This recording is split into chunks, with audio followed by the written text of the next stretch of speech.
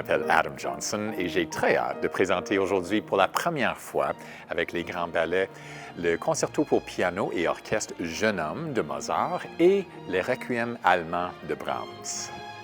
Alors pour le processus, j'ai commencé d'abord en regardant les chorégraphies pour comprendre les besoins des danseurs et ensuite on se met à répéter chaque élément de la musique séparé. Donc d'abord avec les solistes et ensuite avec l'orchestre et le chœur. Et là, on met tout ça ensemble pour avoir une cohésion qui est vraiment beau à vivre.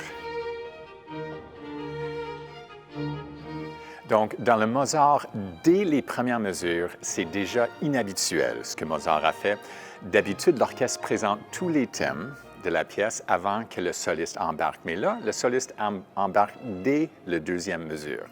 Aussi, Mozart choisit un thème qui est aussi inhabituel, avec un grand saut qui accentue le troisième temps. D'habitude, dans la musique classique, on avait des structures très simples et pures, et là, Mozart se met à brasser ça dès les premières mesures.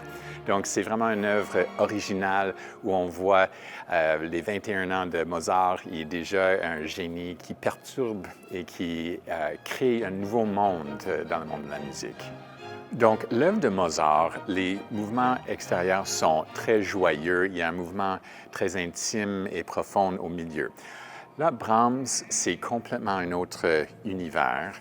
Le requiem allemand, c'est conçu pour être un soulagement, une consolation pour les vivants après la mort de quelqu'un qui était très important pour eux. Pour Brahms, c'était sa mère. Et il a vraiment conçu ça pour les vivants au lieu d'être pour les morts. Donc, lors de la première, il y a une histoire assez drôle où ça n'a pas été tout à fait un succès parce que le timbalier avait mal lu les nuances et avait joué très fort et a complètement couvert l'orchestre et donc le public était un peu perplexe par l'œuvre. Mais lorsqu'ils l'ont repris, ça a mieux été et c'est une des œuvres les plus populaires de Brahms depuis ce temps.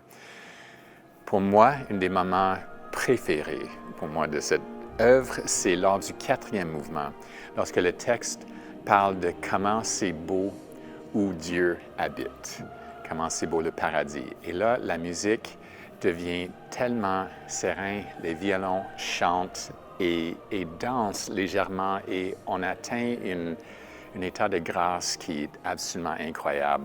Et c'est à chaque fois qu'on le fait, c'est vraiment très touchant.